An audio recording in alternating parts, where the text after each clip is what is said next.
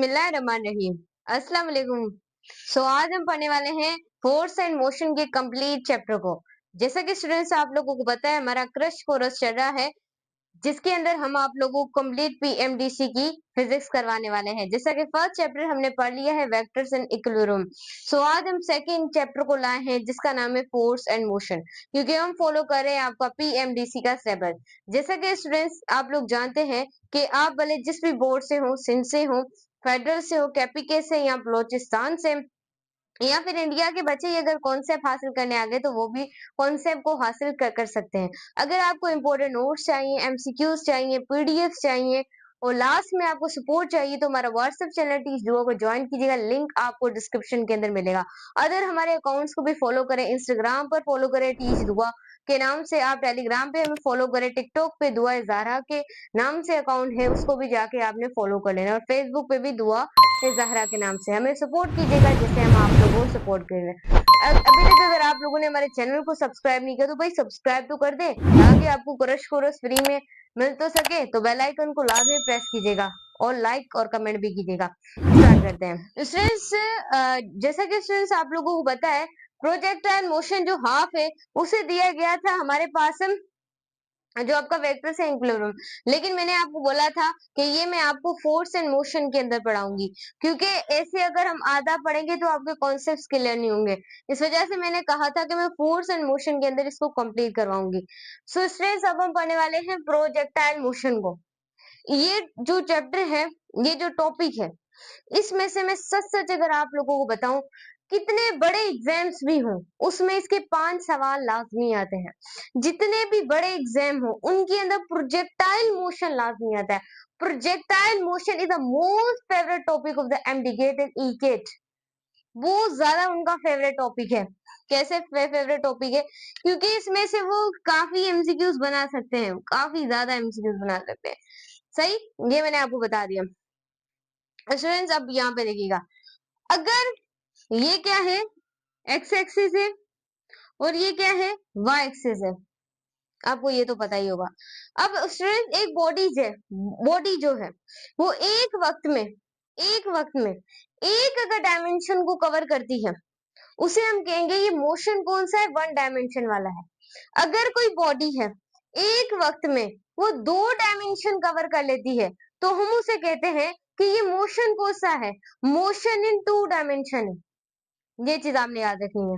अगर कोई बॉडी है वो एक वक्त के अंदर 3 डायमेंशन को कवर कर लेती है सो हम उसको क्या कहते हैं, हम बोलते हैं कि ये मोशन इन 3 डायमेंशन है। ये 3 डायमेंशन क्या है, मोशन है, हम लोग ये कहते हैं। फिर एक बॉडी 4 डायमेंशन भी कर सकती है, 5 भी कर सकती है। ये अब टॉपिक के अकॉर्डिंग होगा। ये चीज आई होप आपको क्लियर हो गई हो। अब प्रोजेक्टाइल मोशन क्या है? Projectile motion it is the best example of the motion in 2 dimension, कि एक वक्त में बॉडी ने 2 डायमेंशन को कवर कर लिया, यानी projectile motion it is the best example. किसकी बेस्ट एग्जांपल है? मोशन इन 2 डायमेंशन की। एक और बेस्ट एग्जांपल है आपको रोटेशनल मोशन, सर्कुलर मोशन, वो भी किसकी बेस्ट एग्जांपल है? प्रोजेक्टाइल मोशन की। इसे फोकस कीजिएगा, टॉपिक को मिस मत कीजिएगा, देखते रहिएगा ऐसे।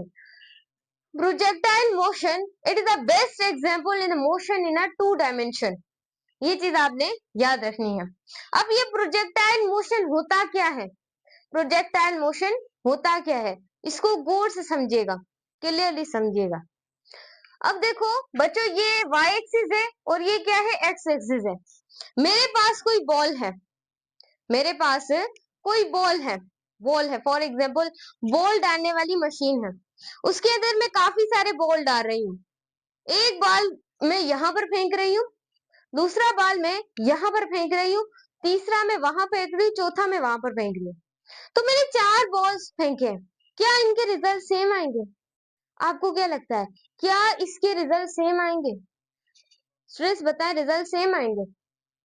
बताएं, कमेंट में आप लोगों ने बता देना है। अब मैं आपको बताती हूँ, अलग अलग रिजल्ट्स आएंगे। आप बॉल को यहाँ फेंकेंगे उसके अलग रिजल्ट्स होंगे, आप बॉल को वहां फेंकेंगे, उसके भी अलग रिजल्ट्स होंगे। आप बॉल को वहां फेंकेंगे, उसके भी अलग रिजल्ट होंगे। आप बॉल को यहाँ फेंकेंगे, उसके भी अलग रिजल्ट्स होंगे। तो आपको अलग अलग रिजल्ट्स मिलेंगे। तो मैम ये प्रोजेक्टाइल मोशन कैसे हुआ, कैसे हुआ, अलग अलग रिजल्ट मिलेंगे तो एक टॉपिक कैसे बना? स्टूडेंट फिर इस वजह से साइंटिस्ट ने क्या किया, देखें गौर से देखिएगा। एक्स एक्सिस पर थी एयर फ्रिक्शन और बॉल नीचे आ रहा था किसकी वजह से?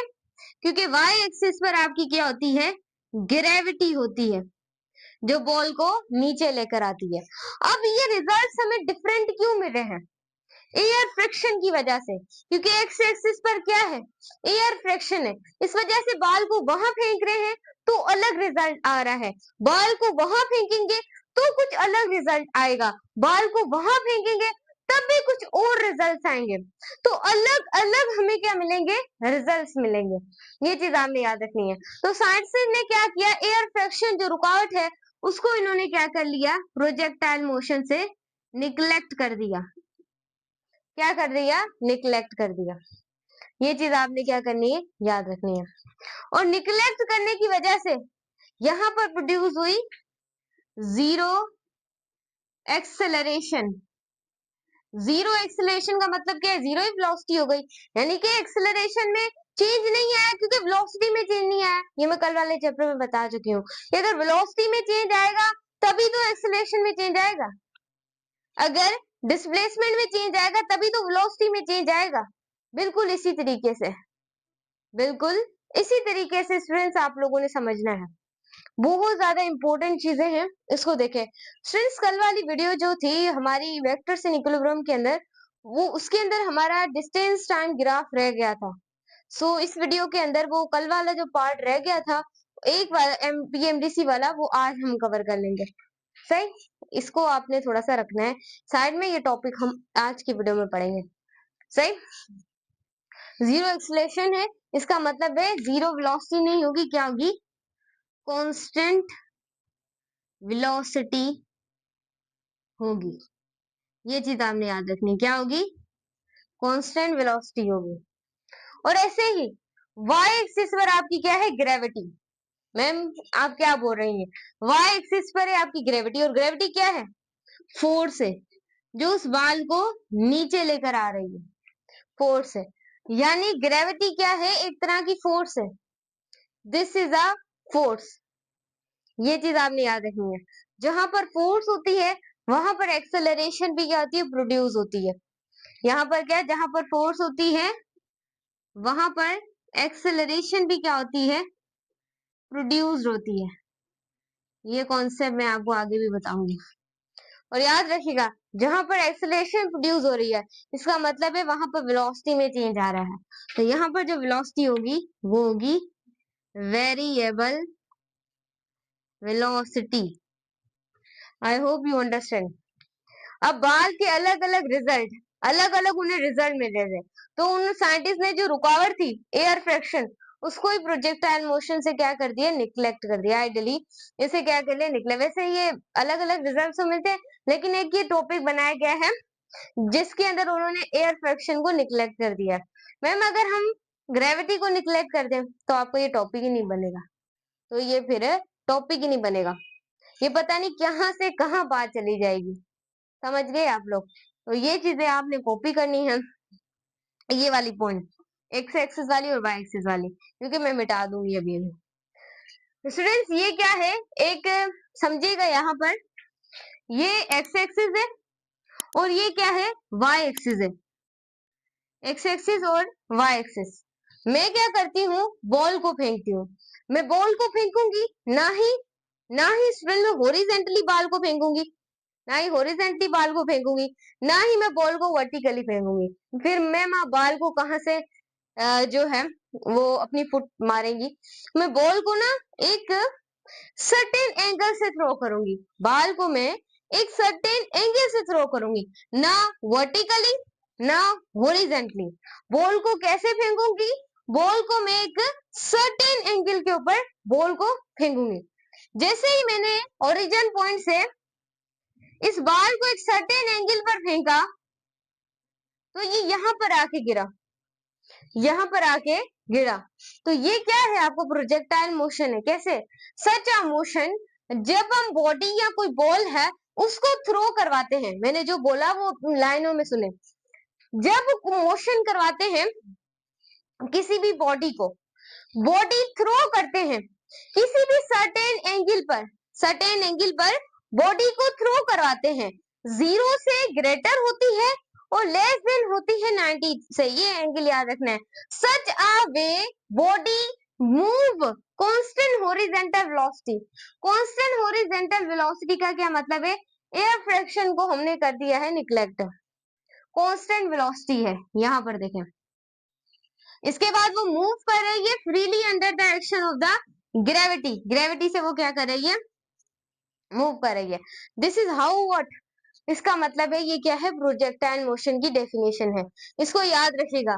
हम ये वाई एक्सिस, ये क्या है? X axis. हम बाल को मैंने यहाँ पर ना ही हॉरिजेंटली फेंका, ना ही बाल को मैंने वर्टिकली फेंका। मैंने यहाँ से बाल को उठाकर, मैंने यहाँ से बॉल के उठाकर एक सर्टेन एंगल पर उसे क्या किया? थ्रो किया। क्या किया? एक सर्टेन एंगल पर उसे क्या किया? थ्रो किया। तो जैसे ही मैंने एक सर्टेन एंगल पर स्टूडेंट थ्रो किया तो यहाँ पर एक पाथ बनी होगी। पाथ फॉलो अ प्रोजेक्टाइल, जो पाथ फॉलो करता है प्रोजेक्टाइल, याद रखिएगा। मैं यहाँ पर लिख देती हूँ, इसको थोड़ा सा समझना है स्टूडेंट्स, इसको बहुत इंपॉर्टेंट है, ये चीजें आपने समझनी है। जो पाथ फॉलो करता है प्रोजेक्टाइल उसे हम कहते हैं ट्रेजेक्ट्री। ट्रेजेक्ट्री, ये चीज आपने याद रखनी है। जो पाथ फॉलो करता है प्रोजेक्टाइल उसे हम क्या बोलते हैं? ट्रेजेक्ट्री कहते हैं। अब ये प्रोजेक्शन कौन सी बनी है?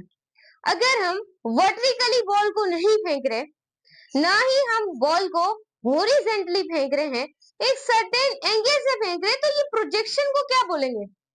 मैम व्हाट यू से, ये प्रोजेक्शन क्या होगी?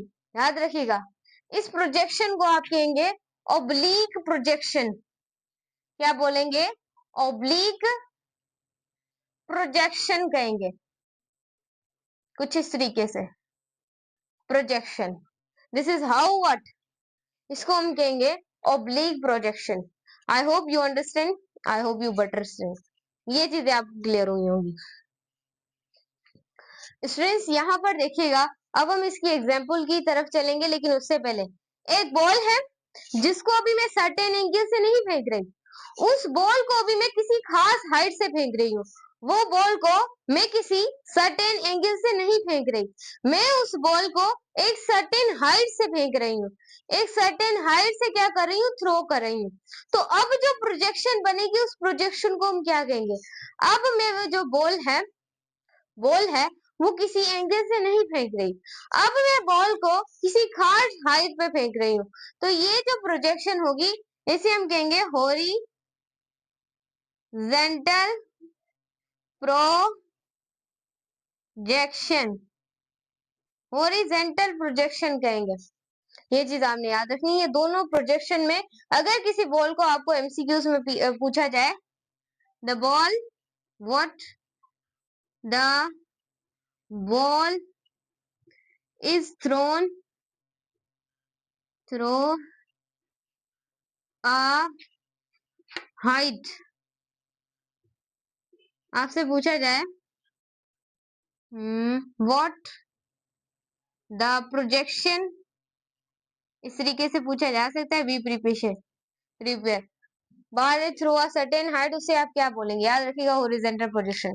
हमें पूरा एमसीक्यूज नहीं लिख रही, आपने समझ आना है, इस तरीके का एमसीक्यूज आपको इसमें से दिया जाएगा। और प्रोजेक्टाइल जो है उसकी शेप कैसी होती है? ना ही सर्कुलर होती है, ना ही स्क्वायर होती है, ना ही पैरेललोग्राम जैसी होती है।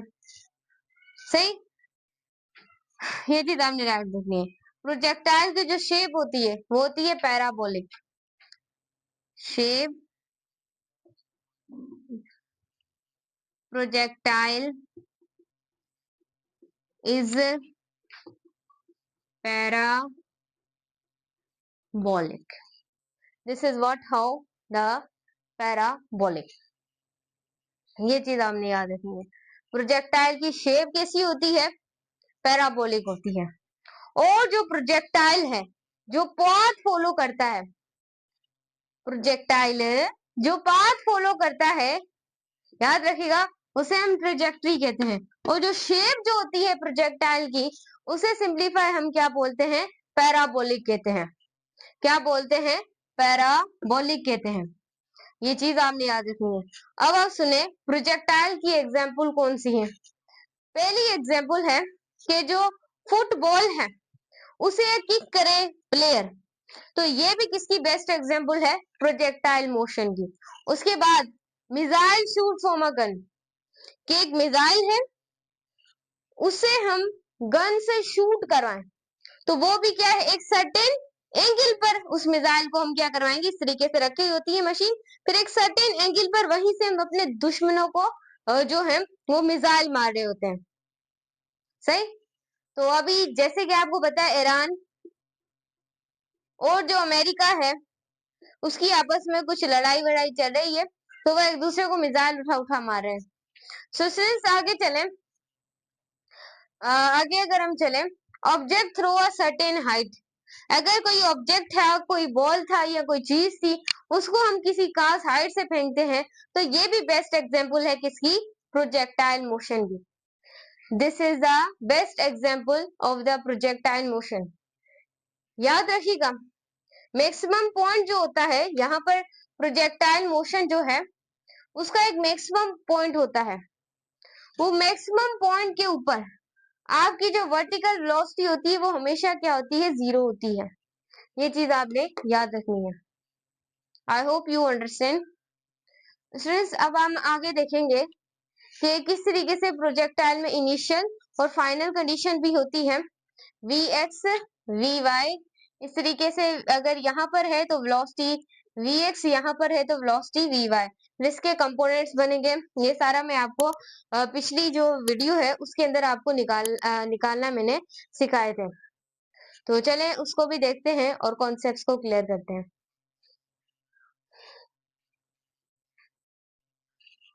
सो स्टूडेंट्स अब हम पढ़ने वाले हैं, जैसा कि स्टूडेंट्स आप लोगों को पता है हमने प्रोजेक्टाइल मोशन का इंट्रोडक्शन देखा है। अब हम पढ़ने वाले हैं कि जो वेलोसिटीज हैं, हॉरिजेंटल क्या है, हॉरिजेंटल डिस्प्लेसमेंट क्या है, इसको हम डिटेल में देखने वाले हैं। सो माय बच्चे, यहाँ पर आपने देखना है कि वी नोट जो है, हमने बोला था कि यहाँ पर एक आप लोगों के पास एक्स एक्सिस होता है, दूसरा वाई एक्सिस होता है।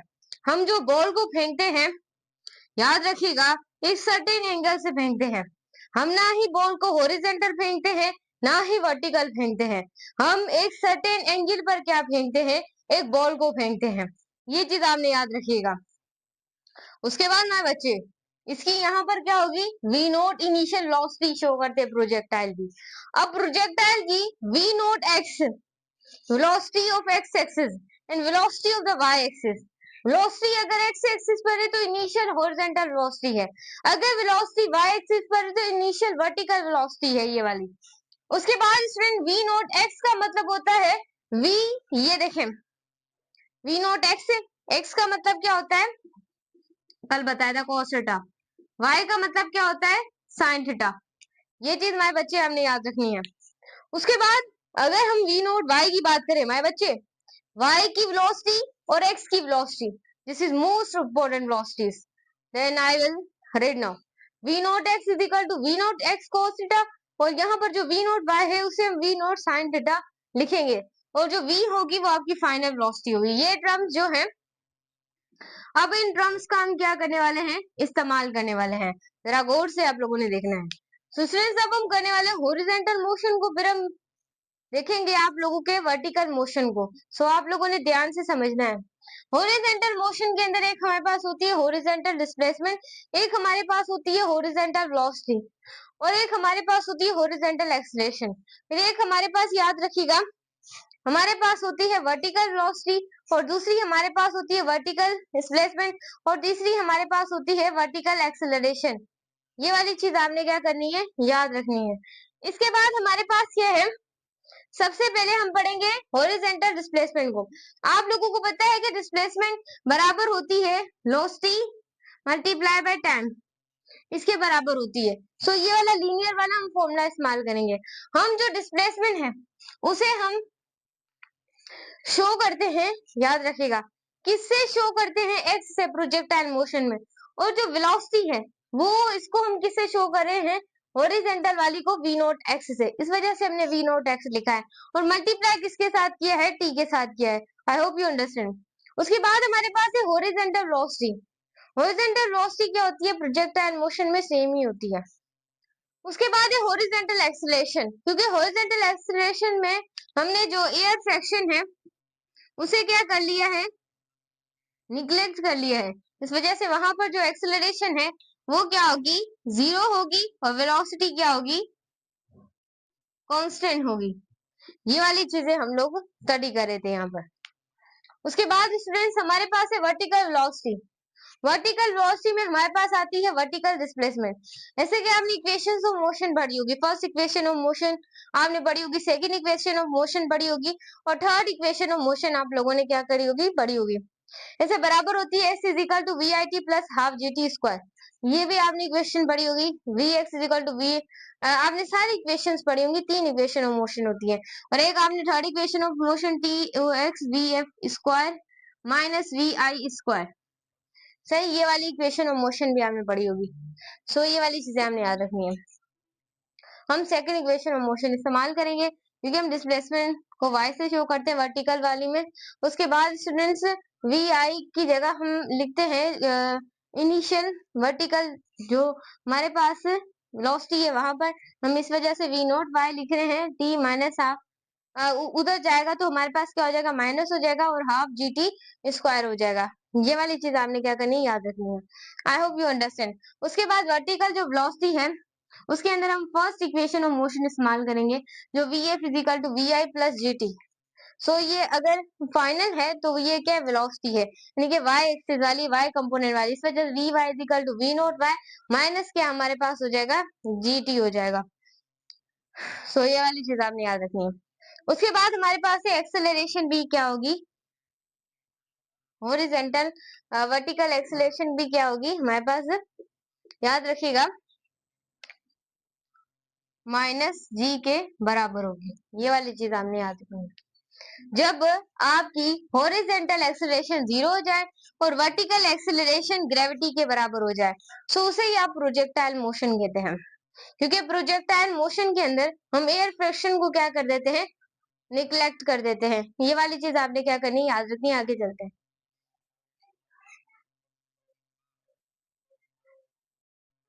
सो स्टूडेंट्स अब हम पढ़ने वाले हैं, ये वाले फॉर्मूले आपके टेस्ट्स के अंदर ज्यादा से ज्यादा स्टूडेंट्स क्या होंगे? पूछे जाएंगे, और इनको आपने अच्छे तरीके से पढ़ना है। मैं बच्चे गौर से देखिएगा, मैंने आप लोगों को बताया था, ना ही आप बाल को हॉरिजॉन्टली किक करेंगे, ना ही बाल को आप वर्टिकली किक करेंगे। आप बाल को किक करेंगे, एक सर्टेन हाइट से क्या करेंगे? किक करेंगे, तभी तो वो प्रोजेक्टाइल मोशन कहलाएगा। आपको ये मैं पढ़ाती आ रही हूँ। तो चलिए अब डिटेल करते हैं।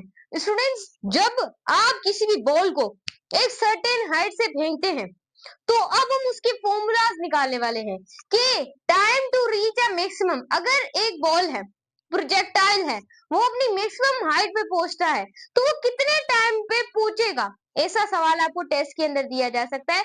Time to reach a maximum height कब पहुंचेगा? उस वक्त आप कौन सा फॉर्मूला लगाएंगे? अभी अभी मैं आपको vertical displacement, vertical velocity, vertical acceleration का केस बताती हुई आ रही हूँ। उसके बाद मैंने आप लोगों को बताया horizontal velocity, horizontal displacement, horizontal acceleration. ये चीजें मैं आपको क्या करने वाली हूँ? बताती हुए आ रही हूँ। इस तरीके से बच्चों आपने अपने माइंड को देखना है, मेरी तरफ देखना है। देखें, टाइम यानी कि कितना लगा है प्रोजेक्टाइल को मैक्सिमम हाइट पे पहुंचते हुए, वो चीज आप लोगों ने देखनी है। Time to reach a maximum height. जैसे कि स्टूडेंट्स मैंने आपको वी एक्स बताया कि वो एक्स कंपोनेंट होता है, और वाई कंपोनेंट, एक्स का मतलब होता है कोस, वाई का मतलब होता है साइन। ये हमको प्रीवियसली वेक्टर्स और इक्विलिब्रियम में भी बताती आ रही हूँ। वी वाई, अभी हमने एक इक्वेशन आप लोगों को मैंने बताई थी, ये वाली इक्वेशन वर्टिकल वेलोसिटी वाली। तो इस तरीके से बच्चों वर्टिकल वेलोसिटी जो होती है मैक्सिमम पॉइंट के ऊपर वो कितनी होती है, 0 होती है, जब प्रोजेक्टाइल अपनी मैक्सिमम हाइट पे पहुंच जाता है। इस वजह से वर्टिकल की जगह हमने 0 लिखा हुआ है। वी नोट, वी नोट तो भाई सेम रहेगा। क्यों सेम रहेगा? क्योंकि वेलोसिटी है, वेलोसिटी की डोनेशन है। किसमें डोनेट करते हैं? प्रोजेक्टाइल मोशन के अंदर। इस वजह से मेरे बच्चे y को हटाकर हमने क्या लिखा है? साइन लिखा है। उसके बाद माइनस क्या लिखा है? हमने gt लिखा है। तो यहाँ पर हमारे पास है, अगर मैं इस स्टर्म को वहां पर ले जाऊं तो ये gt हो जाएगा, यहाँ पर ले आऊं तो वी नोट साइन थीटा हो जाएगा, क्योंकि 0 लिखने की हमें इतनी कोई जरूरत नहीं है। जरा दिमाग लगाइएगा मेरे बच्चे। इसके बाद यहाँ पर हमारे पास क्या है? टी, टी है हमारे पास। तो टी बराबर होता है वी नोट साइन, ये किसके बराबर होता है? हमारे पास टी के बराबर होता है। This is formula, this is formula. किसका फॉर्मूला है? Time to reach a maximum height. आपको ऐसे सवाल दिए जाएंगे और पूछा जाएगा व्हाट हाउ टू डू, ये आप लोगों को ऐसे इस फॉर्मूले से आप क्या करेंगे? सोल्व आउट करेंगे। ये चीज आपने क्या करनी है? याद रखनी है मेरे बच्चे। जब पूछा जाए सवाल पढ़िएगा, टोटल टाइम भी पूछा जा सकता है, उसके बाद आप लोगों से पूछा जा सकता है मैक्सिमम हाइट का सवाल भी दिया जा सकता है। आपने उसके अकॉर्डिंग चलना है। ये वाला फॉर्मूला इस्तेमाल करेंगे जब टाइम टू रीच प्रोजेक्टाइल की पूछी जाए, क्या पूछी जाए? मैक्सिमम हाइट पूछी जाए। आई होप यू अंडरस्टैंड। अब जैसे भी सवाल आएंगे आप भले तरीके से उसे हल कर सकते हैं। अब कॉन्सेप्ट्स को आप लोगों ने ध्यान में रखना है। कॉन्सेप्ट से हार गए तो सबसे हार गए। कंपटीशन है एमडी गेट के अंदर, कंपटीशन बहुत ज्यादा लोग हैं, सीटें बहुत ज्यादा कम है। अगर सीटों को जीतना चाहते हैं, कामयाब होना चाहते हैं, तो आप लोगों ने पढ़ाई पे ज्यादा फोकस करना है। तो चले स्टार्ट करते हैं। एमडी गेट की सीट को खटना है तो आगे हमारे बच्चे चलते हैं, गौर से देखिएगा। तो स्टूडेंट्स अब हम देखने वाले हैं। अब देखो भाई, अगर पूछा जा सकता है एक बॉल है जो एक सर्टेन एंगल से हमने फेंका है, उसने टोटल टाइम कितना किया है, तो उसमें आप ये वाला फॉर्मूला इस्तेमाल नहीं करेंगे, क्योंकि ये तो आप उस मैक्सिमम टाइम का क्या करें? फॉर्मूला इस्तेमाल करे हैं। सही। अब टोटल टाइम कितना उस बॉल को हमने फेंका है, लगा है, उसका फॉर्मूला क्या हुआ? अब इस फॉर्मूले में 2 ऐड कर दें। कैसे? ये हम यहाँ पर तीसरी कंडीशन लिख लेते हैं, चौथी कंडीशन लिख देते हैं कि भाई टोटल टाइम ऑफ प्रोजेक्टाइल। तो आपने क्या करना है? इसी फॉर्मूले का डबल कर देना है। T is equal to 2v0 sine upon T.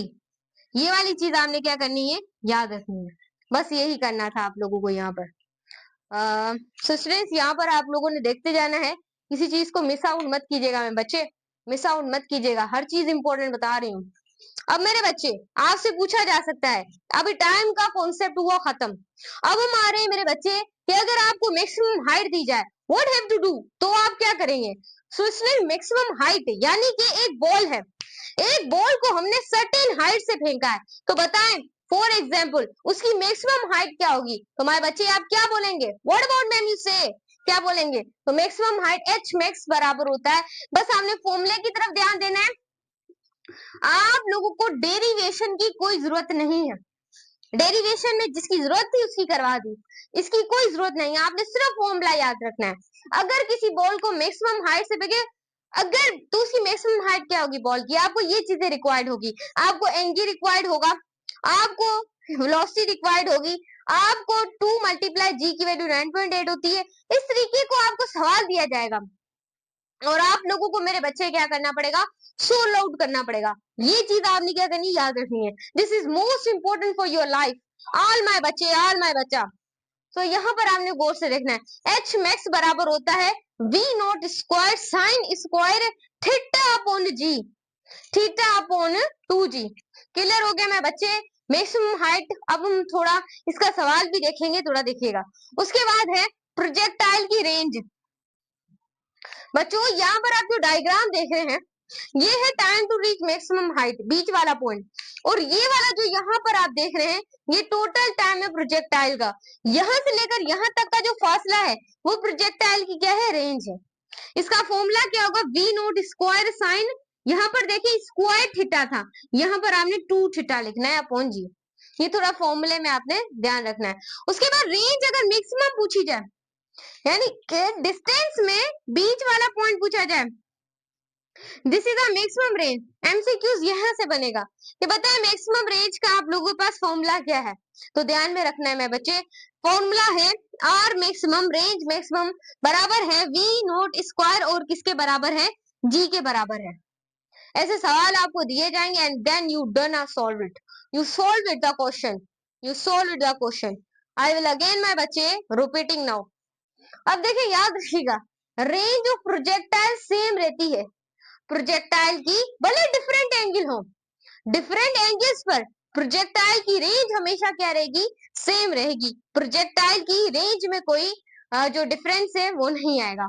तो ये वाली चीज याद रखिएगा, वो ग्रेटर भी हो सकती है, लेस देन भी हो सकती है 45 डिग्री के। ये अगर चीज आपको क्लियर है, एम्प्टी गेट को निकालना कोई बड़ी बात नहीं है, ये चीज आपने याद रखिएगा। Physics is the most common subject that all over students is, याद रखिएगा टॉपर भी एवरेज हो जाते हैं इस सब्जेक्ट में, टॉपर भी एवरेज हो जाते हैं। बायोलॉजी में वो जितना भी स्कोर कर लें, केमिस्ट्री में वो जितना भी स्कोर कर लें, भाई तुम्हें फिजिक्स नहीं आएगी, तुम सीट को नहीं ले पाओगे। सीट को खरीदना नहीं है, सीट के ऊपर वैसे ही बैठना है। उसके लिए फिजिक्स में अच्छी खासी ग्रिप होनी चाहिए। फिजिक्स जिसकी अच्छी नहीं है वो एमडी गेट नहीं दे सकता। इस वजह से मैंने बायोलॉजी के पास सीधा कॉम्पिटेटिव सब्जेक्ट लिया जिसका नाम है physics. Physics the most abundant subject all our student. Medical के लिए बहुत बड़ा टास्क होती है, इंजीनियरिंग वालों के लिए भी बहुत बड़ा होती है। इंजीनियरिंग वालों को मैंने देखा है, उनके हाथ कांप रहे होते हैं जब वो सॉल्यूशन कर रहे होते हैं, उनको भी सही तरह समझ नहीं आते।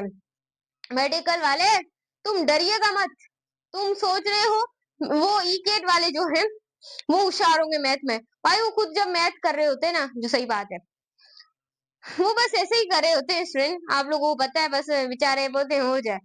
तो आपको डरने की जरूरत नहीं है, आपको लड़ने की जरूरत है, बस ऐसे कॉन्सेप्ट्स को आपने देखते जाना है। अब एमसीक्यूज में आप लोग क्या करेंगे मेरे बच्चे, मुंह तो नहीं खोल के बैठेंगे, आपको एमसीक्यूज दिया जाएगा, बोला जाएगा कि बताओ अगर वर्टिकल वेलोसिटी इतनी है, हॉरिजॉन्टल इतनी है, इस तरीके से आपको सवाल दिए जाएंगे। ऐसे यहाँ पर हाइट ऑफ मैक्सिमम आपको फॉर एग्जांपल वी नोट दी जाती है 25 मीटर पर सेकंड, उसके बाद आप लोगों को साइन की वैल्यू दी जाती है 0.079 दी जाती है, उसके बाद आप लोगों को बोला जाता है एच मैक्स मालूम करें। इस तरीके से आपको सवाल दिए जाएंगे, अगर आप मेरे पास पढ़े हैं देन यू सॉल्व।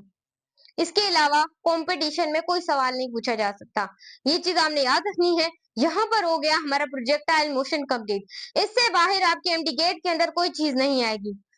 हमारा व्हाट्सएप चैनल टीच दुआ को लाजमी ज्वाइन कीजिएगा, वहां पर इंपॉर्टेंट नोट्स और पीडीएफ आप लोगों को मिलते रहते हैं। तो स्टूडेंट्स प्रोजेक्टाइल मोशन के साथ साथ अब हम न्यूटन्स के लॉज की तरफ चलते हैं। तो बच्चा इसे कॉपी कर लें, 1 2 3 4 and then 5 and move on. बिस्मिल्लाहिर्रहमानिर्रहीम। अस्सलाम वालेकुम फ्यूचर डॉक्टर्स। सो आज हम पढ़ने वाले हैं न्यूटन्स लॉज ऑफ मोशन। इसमें हम पढ़ेंगे first law of Newton, second law of Newton और थर्ड लॉ ऑफ न्यूटन पढ़ेंगे। कंप्लीटली कॉन्सेप्ट के साथ पढ़ेंगे, एग्जाम्पल के साथ पढ़ेंगे, धूम धड़के से हम पढ़ने वाले हैं इस टॉपिक को। आप भले जिस भी बोर्ड से ताल्लुक रखते हैं, आप सिंध से हैं, आप लोग पंजाब से हैं, या फिर आप केपीके से, बलोचिस्तान, इंडिया से, सारे बच्चे यहाँ से अपने कॉन्सेप्ट को हासिल कर सकते हैं। अगर आपको इंपोर्टेंट नोट्स, पीडीएफ, टॉपर के नोट्स, हर चीज चाहिए तो व्हाट्सएप चैनल चीजों को ज्वाइन करें, आपको हम हर चीज प्रोवाइड करते रहेंगे। लिंक आपको डिस्क्रिप्शन के अंदर मिल जाएगा। अभी तक अगर आप लोगों ने चैनल को सब्सक्राइब नहीं किया तो भाई चैनल को तो सब्सक्राइब करें, ताकि आप लोगों से कॉम्पिटेटिव वीडियो हमारी मिस ना हो सके, बिल्कुल भी मिस ना हो सके। और बेल आइकन को लाजमी प्रेस किया करें ताकि हर नोटिफिकेशन आ सके। इंस्टाग्राम पर भी हमें फॉलो कीजिएगा, टीच दुआ के नाम से अकाउंट है, फेसबुक पे दुआ जहरा के नाम से अकाउंट है, और टिकटॉक पे भी दुआ जहरा के नाम से अकाउंट है। बच्चों इनसे आप कोई भी, अगर मैं किसी पे भी ना हूँ, क्योंकि व्हाट्सएप पे तो हमारा चैनल है, अगर आप अपना नंबर नीचे लिख देंगे तो मैं ग्रुप भी बना लूंगी, इसके अंदर हम सबकी कन्वर्सेशन साथ में हो सके। तो ये वाली चीज आपने याद रखनी है। तो चलिए स्टार्ट करते हैं। स्टूडेंट्स न्यूटन्स लॉ, आज हम कंप्लीटली न्यूटन्स लॉ के बड़े बड़े कॉन्सेप्ट जो बच्चों को आखिरकार न्यूटन्स लॉ समझ ही नहीं आता, तो आज क्लियर करने वाले हैं, कोई चीज को मिस नहीं करेंगे। तो देखिए मैं यहाँ पर आपको लिख दूं 1687 सर आइजैक न्यूटन ने बच्चों स्टेब्लिश किया, क्या स्टेब्लिश किया, रिलेशनशिप, रिश्ता क्या किया? रिलेशनशिप, रिश्ता बताया। किसका रिलेशनशिप बताया? फोर्स का एंड मोशन का रिलेशनशिप बताया। किसने बताया? न्यूटन्स ने बताया, हमारा न्यूटन्स बाबा ने बताया। न्यूटन्स बाबा ने ये कहा 1687 में सर आइजैक न्यूटन ने दो चीजों का रिलेशनशिप बताया। उस दो रिलेशनशिप के को सामने रखते हुए ही उसने फर्स्ट लॉ ऑफ न्यूटन दिया, सेकेंड लॉ ऑफ न्यूटन दिया और थर्ड लॉ ऑफ न्यूटन दिया। क्या आप जानते हैं न्यूटन क्लास के अंदर बहुत ज्यादा एक वीक इंसान था, वीक स्टूडेंट था। सारे टीचर्स उसे बोलते थे तुम नहीं पढ़ सकते, तुम नहीं पढ़ सकते। आज न्यूटन का जो लॉज है वो पूरी दुनिया में एप्लीकेबल है। क्या लोग बोलते थे? तू कुछ नहीं कर सकता, तू कुछ नहीं कर सकता। याद रखिएगा, जब तुम्हें लोग बोलने लग जाएं तुम कुछ नहीं कर सकते, तो याद रखिएगा तुम्हारी कामयाबी तुम्हारे बहुत ज्यादा नजदीक है। थोड़ी और मेहनत करो, तुम्हें तुम्हारा खुदा जरूर कामयाबी देगा। इस वजह से बच्चों याद रखिएगा, न्यूटन बेचारा एक ना पेड़ के सामने, दरख्त के सामने बैठ गया और सोचने लगा हर कोई तो मुझे निकम्मा बोलता है कि तू कुछ नहीं कर सकते, कि तुम कुछ नहीं कर सकते। याद रखें, फिर अल्लाह ताला ने न्यूटन की इज्जत बनाने के लिए उसके सर पे एक एप्पल को फेंका, एक एप्पल को फेंका। वो जो क्लास में टॉपर्स थे ना, टॉपर्स जो पढ़ते थे, आज उनका कोई नाम नहीं है। और हमारा जो न्यूटन है आज उसका हर जगह पे नाम है। जो हम न्यूटन के एम्प्टी गेट के अंदर लास्ट पढ़ते हैं, ई गेट के अंदर लास्ट पढ़ते हैं, बहुत ज्यादा इंपॉर्टेंट है हमारा न्यूटन। दिमाग चलाया था हमारे न्यूटन ने। तो जैसे ये एप्पल न्यूटन के सर के ऊपर गिरा तो न्यूटन ने सोचा कि ये एप्पल ऊपर से नीचे कैसे गिरा। फिर उसने कॉन्सेप्ट स्टेब्लिश किया, किसका? ग्रेविटी का। किसका कॉन्सेप्ट स्टेब्लिश किया? ग्रेविटी का कॉन्सेप्ट स्टेब्लिश किया। याद रखिएगा, तुम्हें लोग निकम्मा बोलने लग जाए, तुम दुनिया के सबसे कामयाब इंसान हो, तुम दुनिया के, हाँ, अगर तुम सच में उनकी बातों को तब्दील करना चाहते हो तो तुम मेहनत करो, दिन रात एक कर दो अपनी मंजिल को पाने के लिए। एक दिन तुम्हारा नाम हर किसी की जुबान पे होगा। तो चलें स्टार्ट करते हैं। अगर रहना तो किसी ने भी नहीं है दुनिया के अंदर, लेकिन अगर हमेशा के लिए जिंदा रहना चाहते हो तो दुनिया के अंदर अपना नाम बनाओ, दुनिया के अंदर अपना नाम बनाओ। तो चलें, टीच दुआ भी आपको पढ़ाती है। स्टूडेंट देखें, न्यूटन ने इन दो चीजों का क्या बताया? रिलेशनशिप बताया। अब हम देखने वाले माय एमडी गेट और ई गेट एक्सपर्टीज, डॉक्टर्स और इंजीनियर यहाँ पर देखें तो हम सबसे पहले हम पढ़ेंगे फर्स्ट लॉ ऑफ न्यूटन, हमारे न्यूटन साहिब का फर्स्ट लॉ हम पढ़ने वाले हैं।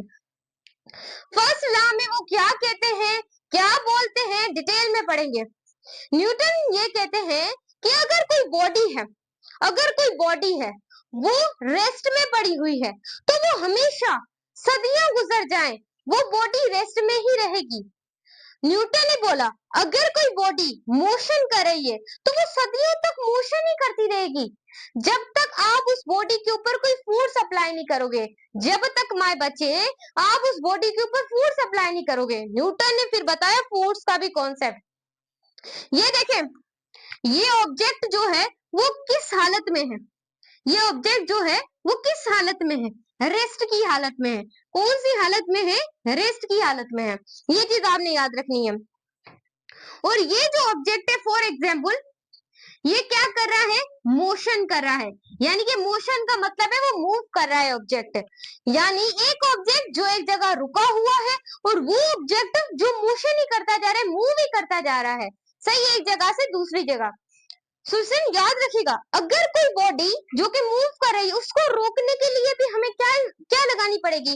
फोर्स लगानी पड़ेगी। अगर कोई बॉडी एक जगह रुकी हुई है तो रुकी हुई को चलाने के लिए भी हमें क्या लगानी पड़ेगी? फोर्स लगानी पड़ेगी। जैसे स्टूडेंट्स, हमारे घर पे हमारे फर्नीचर होते हैं, सदियों तक हमें इस दुनिया से बाय बाय कर लें लेकिन वो फर्नीचर अपनी जगह के ऊपर रहेगा। क्यों रहेगा? क्योंकि वो रेस्ट में है। जब तक हम एक जगह से इसको दूसरी जगह नहीं लेके जाएंगे सेटिंग करने के लिए, ये मूव नहीं कर सकता। हमें फोर्स लगानी पड़ती है तभी हम फर्नीचर को उठा सकते हैं। आपके साइड में पंखा पड़ा हुआ है, सदियों तक हम यही पड़ा होगा जब तक हम इसे नहीं उठाएंगे, जब तक हम इसे नहीं उठाएंगे। फॉर एग्जाम्पल स्टूडेंट्स, ऐसे ही ये बॉडी है, ये रेस्ट में पड़ी हुई है, इसको मुझे मूव कराने के लिए यहाँ पर क्या लगानी पड़ेगी? फोर्स लगानी पड़ेगी। ये न्यूटन ने अपने फर्स्ट लॉ में कहा है। अगर कोई बॉडी मोशन में है, वो मूव कर रही है, तो उसे रोकने के लिए भी मुझे क्या लगानी पड़ेगी? फोर्स लगानी पड़ेगी। क्या लगानी पड़ेगी माय बच्चे? फोर्स लगानी पड़ेगी। ये चीज आपने याद रखनी है। बॉडी रुकी हुई है तभी भी तुम्हें फोर्स लगानी पड़ेगी। बॉडी को चलाना है, तुम्हें चलाना है, तो चलाने के लिए भी तुम्हें क्या लगानी पड़ेगी? फोर्स लगानी पड़ेगी। Force is very important, tends to change a position of the body. Force एक ऐसी चीज होती है जो किसी भी बॉडी की पोजीशन को चेंज करती है, उसकी प्लेस को चेंज करती है, and then this is called a force. Force is major concept, force is major concept. यही है जो रुकी हुई को चलाती है, चलाई हुई को रोकती है। कौन है? हमारी फोर्स है। आई hope you understand, I hope you understand. अब देखते हैं, हमने कॉन्सेप्ट को पढ़ लिया, डायग्राम को पढ़ लिया, अब हम इसकी डेफिनेशन को देखते हैं। फर्स्ट लॉ ऑफ न्यूटन कहता है every object continuous moves and rest until and unless external force are applied,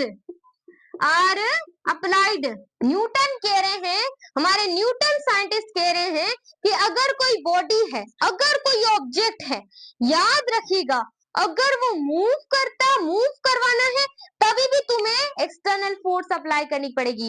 अगर कोई ऑब्जेक्ट रुका हुआ है एक जगह पे, उसके भी आप फोर्स अप्लाई करनी पड़ेगी। This is called the first law of Newton. I hope मैंने आपको हर चीज क्लियर करवा दी हो, क्योंकि ये लास्ट पढ़ना इतने आसान नहीं थे, लेकिन आपको मैं पढ़ा रही हूँ तो इजिली करके समझा रही हूँ, तो यहाँ पर आप लोगों ने देखना है। अब स्टूडेंट्स, बेहतर कॉन्सेप्ट आता है जिसको पढ़ने की आपको बहुत ज्यादा जरूरत है, वो है फोर्स। मैम आप बार बार बोल रही हैं कि फोर्स ही है जो रुकी हुई को चला सकती है, चलती हुई को रोक सकती है। आप हमें ये बता रही हैं, तो बिल्कुल मैं सही बता रही हूँ। सो फोर्स क्या है बच्चों? फोर्स एक ऐसी चीज है जो किसी भी बॉडी की पोजीशन को चेंज करवाती है, टेंड्स टू चेंज करवाती है बॉडी की पोजीशन को, वो फोर्स है। फोर्स क्या है? Force it change and tends to change. ये टेंड्स का मतलब मैं बताऊंगी, टेंड्स क्यों लिखा है। Tends to change position of the body, position of the body, उसे सिंप्लीफाई हम क्या बोलते हैं? फोर्स बोलते हैं। फोर्स एक ऐसी चीज होती है जो चेंज करती है। मैम चेंज करने वाला वर्ड तो हमें समझ आ गया है, वर्ड हमें समझ आ गया है, लेकिन यहाँ पर टेंस का मतलब क्या है? यहाँ पर टेंस का मतलब है, फॉर एग्जाम्पल बच्चों, मेरे सामने एक मोटा आदमी खड़ा है और मेरे सामने एक पतला आदमी खड़ा हुआ है। अब मैं पतले आदमी को एक तरीके से अपनी टांग मारूंगी तो वहां पर जाके उठ जाएगा, और ये मोटा आदमी फॉर एग्जाम्पल खड़ा है, या इसको छोड़े, this is not a best example. मैं आपको एक बेस्ट एग्जाम्पल देती हूँ। एक बहुत बड़ा ट्रक है और एक छोटा सा बच्चे का खिलौना है। अब आप बताएं, मैं किसको टांग मारूंगी तो वो जाके पता नहीं कहाँ गिरेगा, और मैं ट्रक को अगर टांग मारूंगी तो मैं ही पता नहीं कहाँ पर पहुंच जाऊंगी। तो ये क्या है मैम? आप बोल रही हैं मैं ट्रक को टांग मारूंगी तो मैं खुद ही गिर जाऊंगी या मुझे चोट लग जाएगी, और अगर मैं बच्चे के खिलौने को टांग मारूंगी तो बच्चे का खिलौना पता नहीं कहाँ पे जाके गिरेगा। छोटा सा खिलौना नहीं होता जिससे वो खेलते हैं छोटे बच्चे।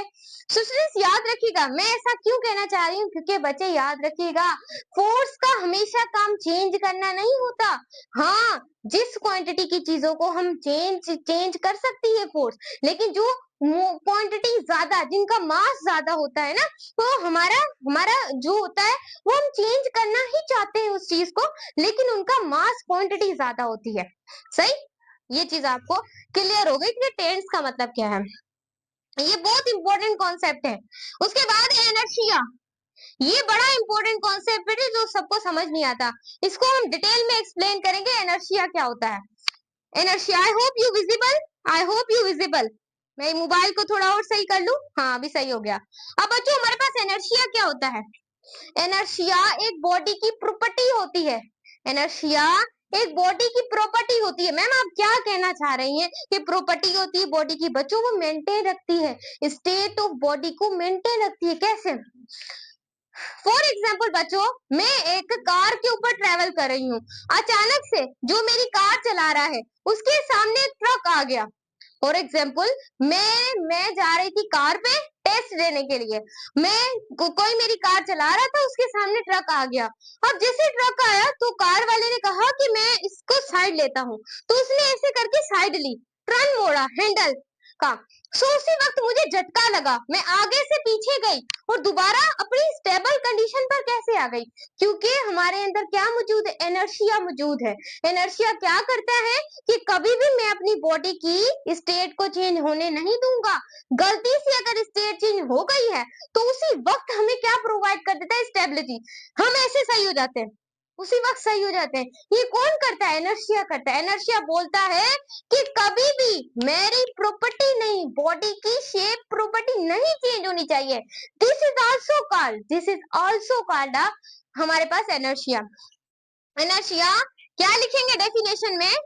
इट इज अ प्रॉपर्टी, मेरे साथ लिखते जाए, property of the body, body की वो प्रॉपर्टी याद रखिएगा जो क्या करती है कि मेंटेन रखती है अपनी स्टेट को मेंटेन रखती है। उसे सिंप्लीफाई आप कहते हैं इनर्शिया। क्या बोलते हैं? इनर्शिया कहते हैं। मैम ये तो हमें समझ आ गया, लेकिन मैम एक और चीज है जो आप हमें बताएंगी। याद रखिएगा बच्चों, क्या ये आपको लाभ, ये इनर्शिया मिलता जुलता नहीं किसी चीज से लग रहा? जी हाँ मैम, जी हाँ मैम, याद रखिएगा। फर्स्ट लॉ ऑफ न्यूटन को हम लॉ ऑफ इनर्शिया भी कहते हैं। ये बिल्कुल इसी की तरह है। फर्स्ट लॉ क्या कहता है? जब तक बॉडी रुकी हुई है, जब तक बॉडी रुकी हुई है तब तक हम उसके ऊपर फोर्स लगाएंगे तो वो बॉडी आगे चल जाएगी। अगर वो बॉडी चलती हुई है तो उसे रोकने के लिए भी हमें फोर्स लगानी पड़ेगी, उसे रोकने के लिए भी हमें फोर्स लगानी पड़ेगी। इस वजह से हम कहते हैं first law of Newton is also called law of inertia. Law of inertia ये भी नाम एमसीक्यूज में आता है कि first law of Newton is also called law of inertia. ये इंपॉर्टेंट कॉन्सेप्ट्स थे, इसे कॉपी कर लें आप लोग, ये आपके बहुत ज्यादा काम आएंगे। चले अभी हम मूव ऑन होते हैं सेकंड लॉ ऑफ न्यूटन की तरफ। मैं चाहती तो आपको जल्दी जल्दी समझा देती, लेकिन हम कॉन्सेप्ट्स को पढ़ रहे हैं, इस वजह से हम डिटेल में पढ़ेंगे। ये चीज आपने याद रखनी है। मैं ऊपर वाली चीज भी मिटा दूंगी क्योंकि अभी हम सेकंड लॉ ऑफ न्यूटन की तरफ चल रहे हैं। तो यहाँ पर आपने गौर से देखिएगा न्यूटन हमारे ने 3 लॉज दिए हैं। फर्स्ट लॉ हमने पढ़ लिया है, बाकी 2 लॉज रह गए हैं। पहला लॉ हमारे पास, दूसरा लॉ है second law of Newton. Newton का सेकंड लॉ पढ़े हैं कि सेकंड लॉ क्या कहता है। उसने कहा न्यूटन ने कि अगर कोई बॉडी है, अगर कोई बॉडी है, तुम उसके ऊपर फोर्स अप्लाई करते हो तो हमेशा वो एक्सेलरेशन प्रोड्यूस करती है। ये मैं आपको वेक्टर्स और इक्विलिब्रियम के कॉन्सेप्ट में डिटेल में पढ़ा चुकी हूँ। ये याद रखो भाई, याद रखो माय बच्चे, जब तक आप किसी बॉडी के ऊपर फोर्स अप्लाई करते हो ना, उसी वक्त आपकी बॉडी के अंदर एक्सेलरेशन प्रोड्यूस हो जाती है। ये चीज याद रखिएगा, एक्सेलरेशन प्रोड्यूस हो जाती है। जिस डायरेक्शन में तुमने फोर्स लगाई है उसी डायरेक्शन में तुम्हारी एक्सेलरेशन प्रोड्यूस होगी। याद रखिएगा, फोर्स एंड एक्सेलरेशन दोनों का डायरेक्शन सेम होता है। इस वजह से जिस डायरेक्शन में तुम फोर्स लगाओगे उस डायरेक्शन में एक्सेलरेशन प्रोड्यूस हो। ये एमसीक्यूज आता है, काफी गलत करते हैं, ये याद रखें। वो एमसीक्यूज वाला देता क्या है? देता है कि अगर हम किसी डायरेक्शन में फोर्स अप्लाई करते हैं तो वो कौन सी चीज है, कौन सी चीज है जिसकी डायरेक्शन फोर्स के साथ पैरेलल होती है, वो होती है एक्सेलरेशन। तो ये वाली चीज याद रखिएगा। तो न्यूटन के लॉ पढ़ने से पहले आपको एक एग्जांपल पढ़नी पड़ेगी। बच्चों ये एक बॉडी है, this is body and this is a second body. इस बॉडी का मास है 10 केजी, इस बॉडी का मास है 5 केजी। इसके ऊपर जो फोर्स लग रही है वो लग रही है 15 न्यूटन, इसके ऊपर फोर्स लग रही है 16 न्यूटन। अब यहाँ पर हमने गौर से समझना है, ये दोनों क्या है, मासेस है, मैग्नीट्यूड है।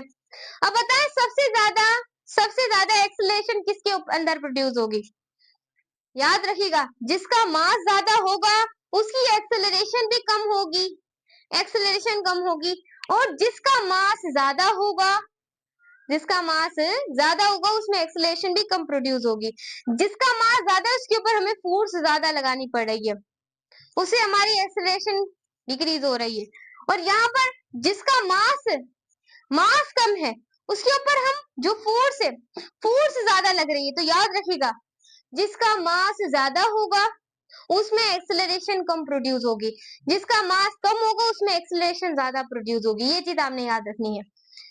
जिसके ऊपर फोर्स ज्यादा लग रही होगी उसके अंदर एक्सेलरेशन भी ज्यादा प्रोड्यूस होगी।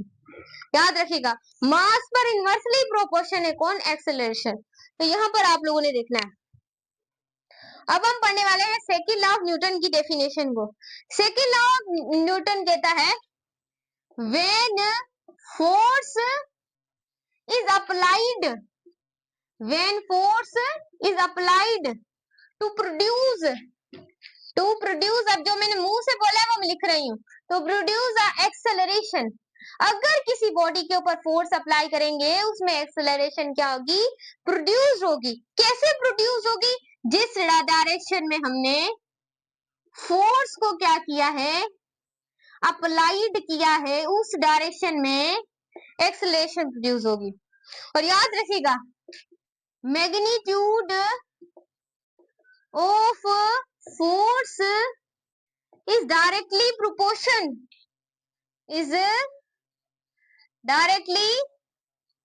प्रोपोर्शनल है एक्सेलरेशन से, और इनवर्सली प्रोपोर्शन है मास से। जिस बॉडी का मास ज्यादा होगा उसमें एक्सेलरेशन कम प्रोड्यूस होगी, और जिस बॉडी का मैग्नीट्यूड ऑफ फोर्स जो है, फोर्स का मैग्नीट्यूड एक्सेलरेशन के साथ डायरेक्टली होगा, और जो मास है वो इनवर्सली प्रोपोर्शन है किसके? एक्सेलरेशन के साथ। एक्सेलरेशन याद रखिएगा, ये इंपॉर्टेंट कॉन्सेप्ट्स हैं, ये सवाल आपके टेस्ट के अंदर आते रहते हैं, तो ध्यान से देखिएगा, बहुत ज्यादा इंपॉर्टेंट है। तो यहाँ पर देखते जाएगा, एक्सेलरेशन डायरेक्टली प्रोपोर्शन है फोर्स के साथ, और एक्सेलरेशन इनवर्सली प्रोपोर्शन है किसके साथ? मास के साथ इनवर्सली प्रोपोर्शन है। ये चीज आपने याद रखनी है। आप इसको देखें, ये इक्वेशन नंबर 1, ये equation number 2, this is equation number 2। अब अगर हम इसे कंबाइन करें, इक्वेशन 1 को एंड इक्वेशन 2 को, तो यहाँ पर आप लोगों ने देखना है, acceleration is directly proportion to force and inversely proportion to the mass. सही, ये वाली चीज आपने याद रखनी है। लेकिन बच्चों यहाँ पर डायरेक्टली का साइन है, डायरेक्टली का साइन हटाएंगे, कांस्टेंट आएगा F/m। K की वैल्यू आप लोगों के पास पता है क्या होती है? 1 होती है, तो K की जगह हम 1 लिख सकते हैं। Acceleration is equal to F/m। तो हमने फोर्स का फॉर्मूला निकालना है, तो force is equal to ma। बच्चों इस इक्वेशन ने आकर पूरी दुनिया के अंदर धूम मचा दी थी। न्यूटन के सेकंड लॉ ने पूरी दुनिया में धूम मचा दी थी कि product of mass and acceleration क्या होता है? फोर्स होता है। जैसे हमने पढ़ा, फोर्स क्या होता है? Tends to change a position of the body. एक फोर्स की डेफिनेशन और है कि product of mass and acceleration, उसे सिंपलीफाई ऑफ फोर्स कहते हैं।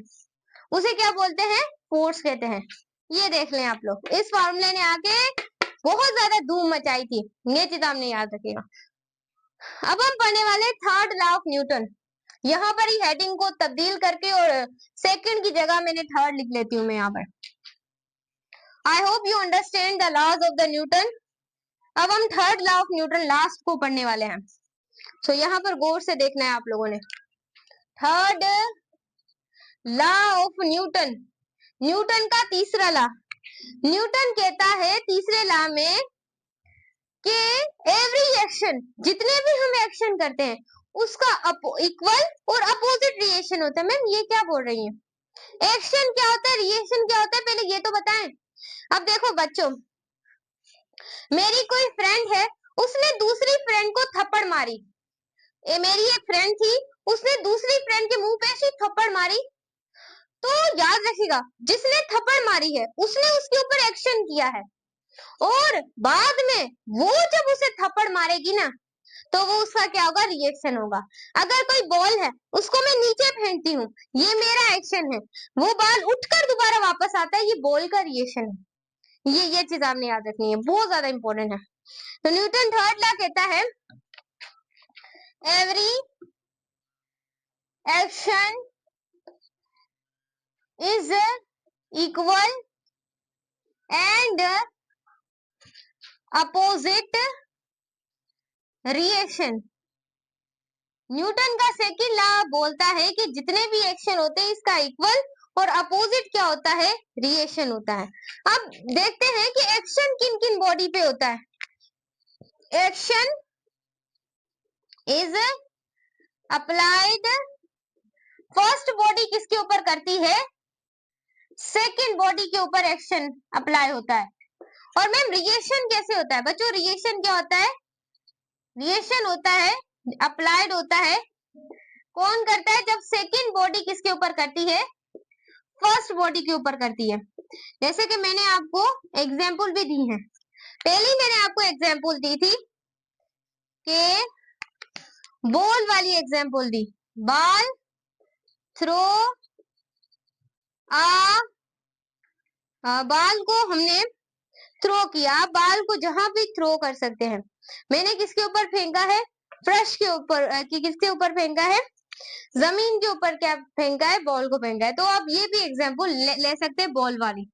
उसके बाद सेकंड मैंने एग्जाम्पल दी थी, फॉर एग्जाम्पल आप उसका नाम रखें कि सानिया ने स्लैप मारी, किसको स्लैप मारी, हीर को स्लैप मारी।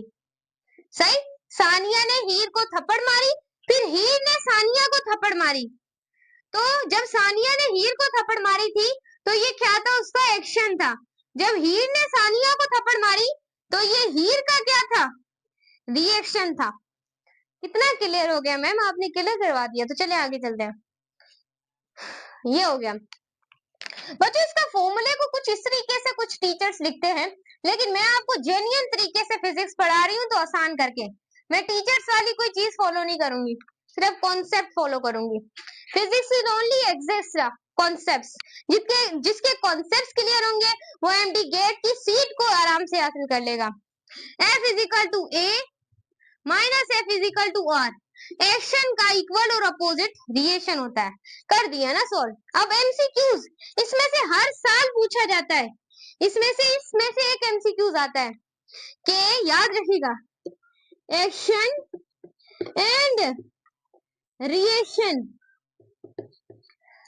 जो होता है वो एक्ट करता है डिफरेंट बॉडीज पर। कभी भी सेम बॉडी एमसीक्यूज आता है, अक्सर बच्चे सेम पे ही लगाते हैं।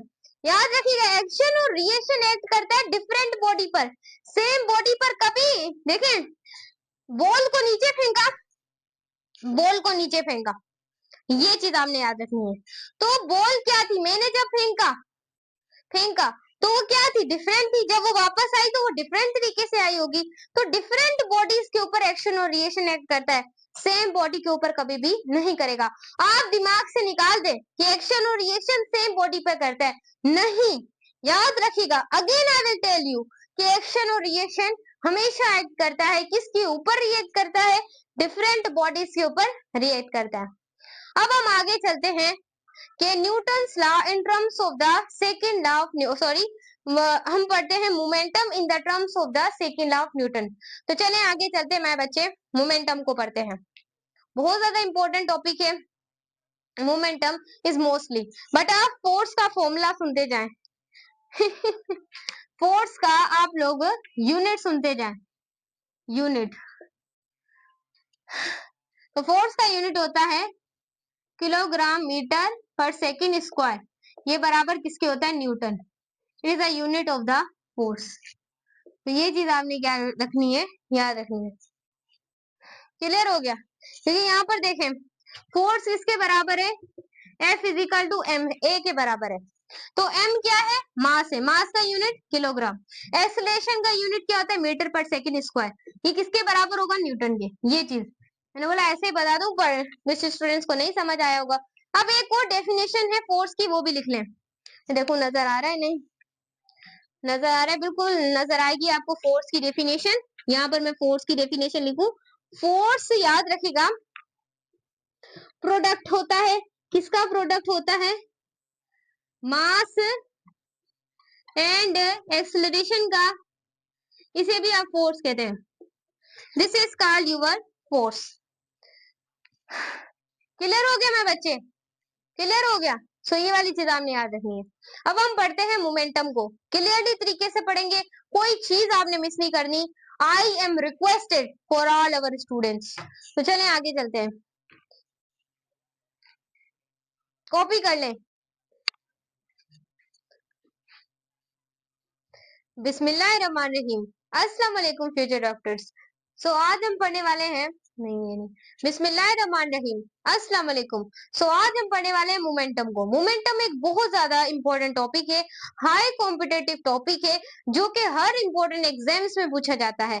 जैसा कि आपका एमडी गेट और आप लोगों के पास ई गेट हो गया, आप भले नीट के बच्चे हैं वो भी यहाँ से तालीम हासिल कर सकते हैं, क्योंकि अब हम मोमेंटम को डिटेल में पढ़ने वाले हैं। मोमेंटम पढ़ेंगे, मोमेंटम और इन terms of the second law of Newton भी पढ़ेंगे, क्लियरली पढ़ेंगे। तो फोकस करना है इस टॉपिक के ऊपर, ये टॉपिक बहुत ज्यादा इंपॉर्टेंट है, हाई हील्ड टॉपिक है। तो लाइक सब्सक्राइब और वीडियो को शेयर करें, बेल आइकन को लाजमी प्रेस करें, ताकि आने वाली हर वीडियो की नोटिफिकेशन आपको हमारे चैनल टीच दुआ पर मिलती रहे। सो अभी तक अगर आप लोगों ने हमारे चैनल व्हाट्सएप चैनल को ज्वाइन नहीं किया, तो डिस्क्रिप्शन में लिंक मिलेगी, वहां पर इंपॉर्टेंट नोट्स, पीडीएफ और एमसीक्यूज आप लोगों को सेंड किए जाते हैं। तो चलें स्टार्ट करते हैं। तो स्टूडेंट्स, हमारे पास मोमेंटम क्या होता है? अगर किसी बॉडी का मास ज्यादा हो, क्या उसे रोकना आसान होगा या मुश्किल? अगर किसी बॉडी का मास जो है वो कम होगा, तो उसे रोकना मुश्किल होगा या आसान?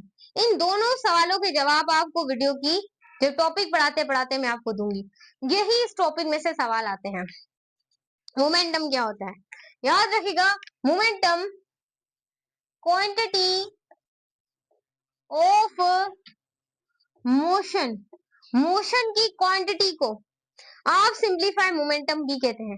इस कॉल्ड मोमेंटम। मोशन की क्वांटिटी को भी आप क्या बोलते हैं? मोमेंटम कहते हैं। ये बहुत ज्यादा हाई यील्ड टॉपिक है, ये हर एग्जाम में आपको इसका सवाल जरूर मिलेगा, ये चीज आपने याद रखनी है। जो आपके पास मोमेंटम है वो डिपेंड करता है, डिपेंड्स अपॉन, किसके ऊपर डिपेंड करता है वो मैं आप लोगों को बताऊंगी। एक डिपेंड करता है मास ऑफ बॉडी पर, और दूसरा स्टूडेंट्स डिपेंड करता है वेलोसिटी ऑफ बॉडी। ये दो चीजों पर आपका मोमेंटम डिपेंड करता है, एक मास ऑफ द बॉडी पर और दूसरा वेलोसिटी ऑफ द बॉडी पर आपका मोमेंटम डिपेंड करता है। जिस बॉडी का मास ज्यादा होगा उसका मोमेंटम भी ज्यादा होगा, और जिस बॉडी की वेलोसिटी ज्यादा होगी उसका भी मोमेंटम ज्यादा होगा। तो momentum is depends upon two things, this is our body mass and this is body velocity. अगर कोई मार्कर है, ये मार्कर है, अगर मैं आपकी तरफ इस मार्कर को बहुत तेज स्पीड में फेंकूं, और ये वाला जो मार्कर है इसे मैं बहुत आहिस्ता स्पीड से फेंकूं, तो आपका जवाब क्या होगा? तो बच्चा आपका जवाब क्या होगा?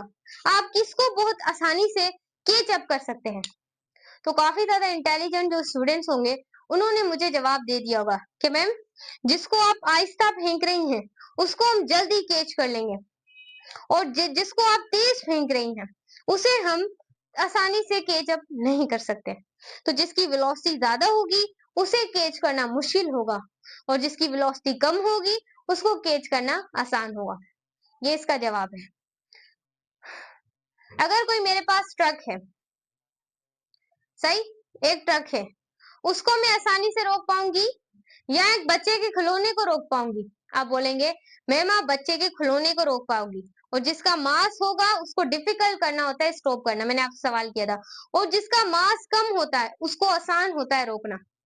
सही है ना। ये चीज मोमेंटम में बहुत बड़ा किरदार अदा करती है। तो बताएं कि मोमेंटम की रियल डेफिनेशन क्या है। The product of mass and velocity.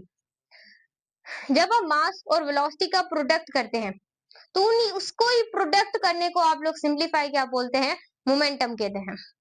तो एक और डेफिनेशन लिख सकते हैं, the product of mass and velocity, उसे सिंप्लीफाई क्या बोलते हैं, मोमेंटम कहते हैं आप लोग। This is called our momentum.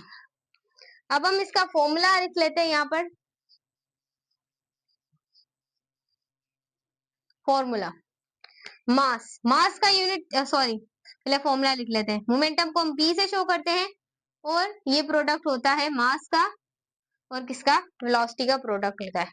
This is the formula of the momentum. What about ma'am the unit of the momentum. Mass का क्या होता है, किलोग्राम, लिख लिया। मैम वेलोसिटी का क्या होता है, मीटर सेकंड इनवर्स। ये क्या होता है, वेलोसिटी का यूनिट होता है। ये वाली चीज आपने क्या करनी है, याद रखनी है। ये क्या है, यूनिट है। इसका यूनिट है, वेलोसिटी का यूनिट है। आई hope you understand, I hope you understand. ये आपका क्या है, मोमेंटम का टॉपिक है। याद रखिएगा एक पॉइंट जो एमसीक्यूज में आती है कि जो आपका मोमेंटम है वो ऑलवेज मोमेंटम, मोमेंटम सॉरी देखिएगा, momentum is always direct, direct करता है डायरेक्शन ऑफ वेलोसिटी को। दोनों क्या होते हैं, पैरेलल होते हैं। याद रखिएगा जिस डायरेक्शन में ये ऑब्जेक्ट है, ये कोई भी बॉडी है, इस बॉडी पर याद रखिएगा जहां पर जिस डायरेक्शन में आपकी वेलोसिटी होगी उसी डायरेक्शन में आपका क्या होगा, मोमेंटम होगा। तो मोमेंटम जो है वो डायरेक्ट होता है किसके साथ, वेलोसिटी। जो मोमेंटम की डायरेक्शन होगी वो वेलोसिटी की डायरेक्शन होगी और जो वेलोसिटी की डायरेक्शन होगी वही क्या होगी, मोमेंटम की डायरेक्शन होगी। ये चीज आपने, अगर ये दोनों राइट साइड पे जा रहे हैं, वेलोसिटी राइट साइड पे, तो मोमेंटम भी राइट साइड होगा। अगर वेलोसिटी लेफ्ट साइड पे है, अगर वेलोसिटी लेफ्ट साइड पे है तो मोमेंटम भी कहाँ प्रोड्यूस होगा, लेफ्ट साइड के ऊपर मोमेंटम प्रोड्यूस होगा। ये इंपॉर्टेंट चीजें हैं, इसके इसे आप लोग देखते जाएं। This is the most important topic. अब हम देखते हैं momentum in terms of the second law of Newton, second law of Newton. So momentum भले लिखा रहे, आगे हम लिख लेते हैं momentum in terms of the second law of Newton. तो चलिए हेडिंग को चेंज कर लेते हैं यहाँ पर, momentum in terms of the second law of Newton. Momentum in terms of second law of Newton. सही, इसको हम देख लेते हैं। गौर से स्टूडेंट समझना है, हाँ ये टॉपिक है। Momentum second law of Newton का फॉर्मूला अभी मैंने ड्राइव करवाया था, F is equal to M a. ये इक्वेशन नंबर 1 है। अब कैसे हम मोमेंटम का रिलेशन होता है सेकेंड लॉ ऑफ न्यूटन, तो आप लोगों ने देखते जाना है। फोर्स का कोई फॉर्मूला नहीं होता, मास का कोई फॉर्मूला नहीं होता, लेकिन एक्सेलरेशन का तो फॉर्मूला होता है ना। मैंने आपको एक्सेलरेशन का टॉपिक पढ़ा, final final velocity minus initial velocity divided by time. Acceleration का तो फॉर्मूला होता है ना। सो इससे अगर हम इन दोनों को मल्टीप्लाई करें, m को vf minus m v i कर सकते हैं, m vf minus m v i divide कर देते हैं हम t से।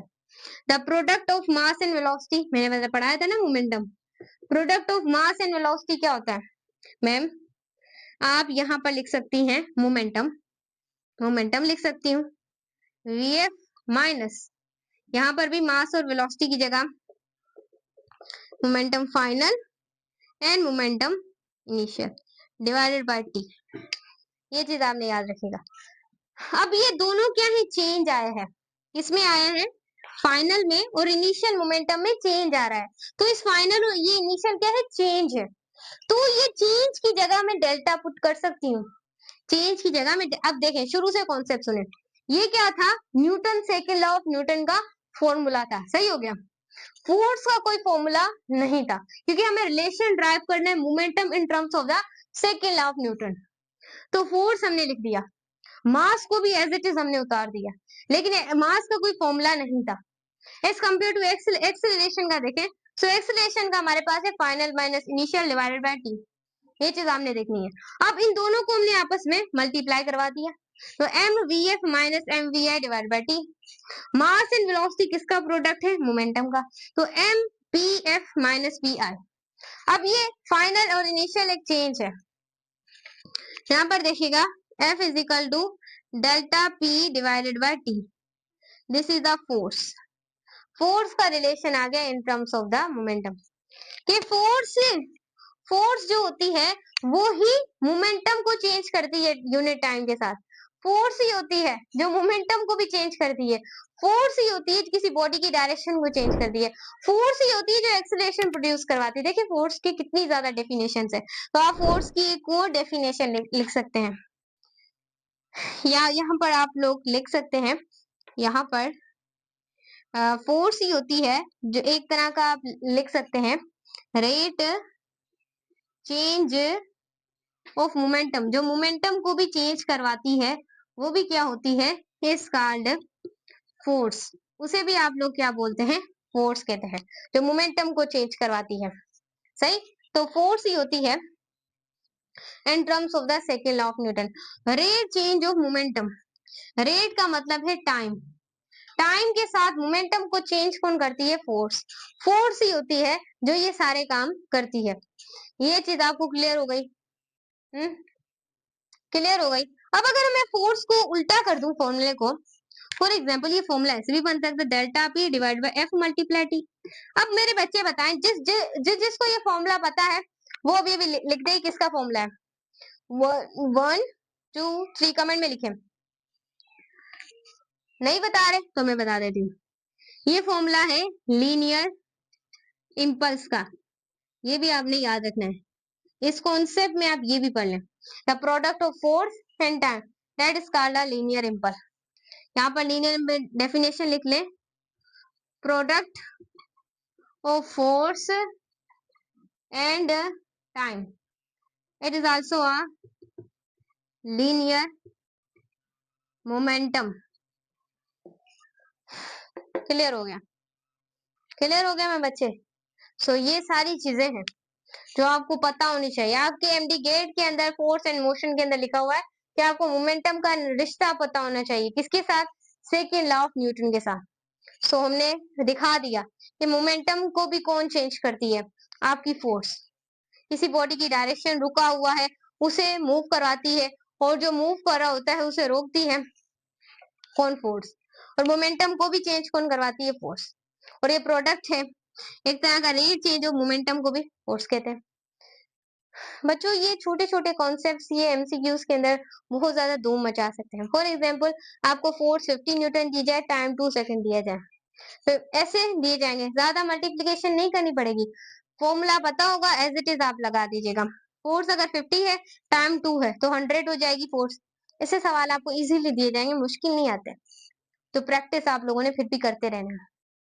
सो अभी आगे चलते हैं इलास्टिक कोलिजन की तरफ और इन इलास्टिक कोलिजन की तरफ।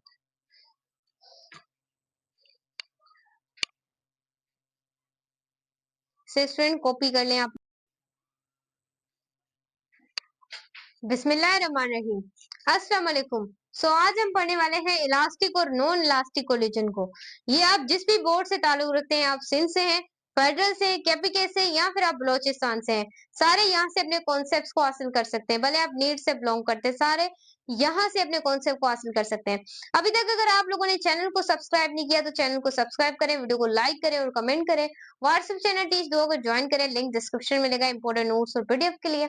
और चलें स्टार्ट करते हैं। आज हम पढ़ने वाले इलास्टिक कोलिजन को एंड नॉन इलास्टिक कोलिजन को। बच्चों ये जो सवाल है ये आपके टेस्ट के अंदर क्या होते हैं, आए होते हैं और ये आपके पीएमडीसी के सिलेबस के अंदर ये टॉपिक इंक्लूडेड है। हम पढ़ेंगे इलास्टिक क्या है और नॉन इलास्टिक कोलिजन क्या है। पहले आप लोग इसकी डेफिनेशन लिख लें कि इलास्टिक कोलिजन क्या है, फिर हम कॉन्सेप्ट को समझेंगे। इलास्टिक कोलिजन, इलास्टिक कोलिजन एक ऐसी कोलिजन होती है जिसमें total momentum and kinetic energy क्या रहते हैं, सेम रहते हैं, कंजर्व्ड रहते हैं।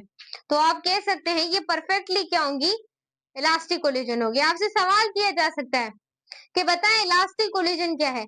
इलास्टिक कोलिजन एक ऐसी कोलिजन होती है जिसके अंदर मोमेंटम और काइनेटिक एनर्जी कंजर्व रहते हैं। मैंने आपको भी मोमेंटम भी पढ़ा है, मोमेंटम का फॉर्मूला होता है, अभी पढ़ाया था, P is equal to mv, product of mass and velocity is called momentum. और काइनेटिक एनर्जी का फॉर्मूला क्या होता है, हाफ mv स्क्वायर। ये किसका फॉर्मूला होता है, काइनेटिक एनर्जी का फॉर्मूला होता है। यही चीजें हम पढ़ते हुए आ रहे थे। सो ये आप लोगों के पास क्या है, इलास्टिक कोलिजन है। अगर हम नॉन इलास्टिक कोलिजन की बात करें, यहां पर मैं लिखूं non elastic collision. Non elastic collision एक ऐसी कोलिजन होती है इसके अंदर टोटल मोमेंटम जो होता है वो तो कंजर्व्ड रहता है, सेम रहता है, लेकिन but kinetic energy is not conserved. लेकिन काइनेटिक एनर्जी जो है, कंजर्व सही तरीके से लिखने, कंजर्व्ड, लेकिन काइनेटिक एनर्जी जो है वो सेम नहीं होती। मोमेंटम तो सेम रहता है, मोमेंटम तो सेम रहता है, लेकिन काइनेटिक एनर्जी सेम नहीं रहती। उसे सिंप्लीफाई हम कहते हैं नॉन इलास्टिक कोलिजन। ये वाली चीज आपने क्या करनी है, याद रखनी है। अब अगर मैं आपको ये एक बॉडी है बिफोर कोलिजन, बिफोर कोलिजन, और यहां पर हम लिखते हैं आफ्टर कोलिजन को। सो जरा गौर से आप लोगों ने देखना है, बिफोर जो कोलिजन है उसमें ये ए बॉडी है, दिस इज ए बॉडी, और जो ये भी बिफोर कोलिजन है, और ये क्या है, बी बॉडी है, और ये आफ्टर कोलिजन है। ये ए बॉडी है, आफ्टर कोलिजन ए, और ये आफ्टर कोलिजन क्या है, बी बॉडी है। जरा देखिएगा मैं आपको क्या समझाना चाह रही हूँ, इसे गौर से देखिएगा। बिफोर कोलिजन जो है इसका भी मास होगा, इसे हम m1 लिखते हैं, इसका भी मास होगा, इसे हम m2 लिखते हैं। सही, भले सिमाल में आप लिख सकते हैं m1, इसका आप m2 लिख सकते हैं। सही। अब इन दोनों के पास कोई ना कोई वेलोसिटी भी होगी। ए वाले के पास जो वेलोसिटी है वो ज्यादा है, हम इसको शो करें u1 से। मैम आप u1 से क्यों वेलोसिटी को तो आपने बोला था v से शो करते हैं, आगे रीजन बताऊंगी। उसके बाद b जो है उसकी जो वेलोसिटी है वो कम है, कितनी है, u2 है। देखें ये एक बॉडी है, ये क्या है, दूसरी बॉडी है, दोनों क्या है, बॉडीज है, आपको दिख रही हैं। एक का जो मास है वो m1 है, दूसरे का जो मास है बॉडी का वो m2 है। m की जो वेलोसिटी है वो क्या है, ज्यादा है, और जो दूसरे की वेलोसिटी है वो कम है, b वाले की। क्यों है मैम, इसको तो v से शो करते हैं वेलोसिटी को, आप u से शो कर रही हैं, आपका क्या मतलब है वो मैं आगे बताऊंगी। बिफोर कोलिजन के बाद जब आफ्टर कोलिजन होगा तब कंडीशन देखिएगा। अब ये बिफोर कोलिजन है, इसके बाद ये फर्स्ट केस है, दिस इज फर्स्ट केस, ये थर्ड केस होगा। देखो आपको नजर आ रहा है, नहीं नजर आना चाहिए, देखो नजर आ रहा है, बिलर तो नहीं हो रहा, नहीं बिलर नहीं हो रहा। अब देखिए यहाँ पर before collision and after collision, इसके बाद एक सेकंड केस आएगा जो हम यहाँ पर लिख रहे हैं, जिसका नाम है ड्यूरिंग कोलिजन। ड्यूरिंग कोलिजन वाले केस को देखिएगा, जब दोनों बॉडीज आकर मिलती हैं, दोनों बॉडीज आकर इस तरीके से मिलती हैं, ये क्या है? ड्यूरिंग कोलिजन है। बच्चों याद रखिएगा, इन कंडीशंस को याद रखिएगा। बिफोर कोलिजन में जो m1 है उसकी वेलोसिटी ज्यादा होती है, m2 की वेलोसिटी क्या होती है? कम होती है। ड्यूरिंग कोलिजन दोनों की वेलोसिटीज एक्सचेंज हो जाती है। जब वो दोनों आपस में कोलाइड करते हैं, कोलाइड करने से उनकी वेलोसिटी एक्सचेंज हो जाती है। और जब आफ्टर कोलिजन होती है तो ए की जो वेलोसिटी है वो कम हो जाती है और बी की वेलोसिटी क्या हो जाती है? ज्यादा हो जाती है। सही, इस वजह से हम इसे नाम देते हैं v1, इसे देते हैं v2, इसे देते हैं m1, इसे m2 देते हैं। इस वजह से मैम आपने लिखा था, जब भी स्टूडेंट दो केसेस आ जाए, एक में कहा जाए बिफोर कोलिजन और दूसरे में कहा जाए आफ्टर कोलिजन, सो आपने जो बिफोर वाले की जो वेलोसिटी होती है उसे आपको उसे u से शो करना होता है, और जो आफ्टर कोलिजन वाले की वेलोसिटी होती है उसे आपको वेलोसिटी की सिंबल से शो करना होता है। इससे एमसीक्यूज आ सकता है, बिफोर कोलिजन जब होती है और जब आफ्टर कोलिजन होती है उसमें वेलोसिटीज आपस में क्या होती हैं। इसमें एमसीक्यूज आ सकता है कि जो हमारे पास बिफोर कोलिजन वाली वेलोसिटीज है और आफ्टर कोलिजन वाली वेलोसिटीज है वो आपस में क्या होती हैं, पूछा जा सकता है आप लोगों से।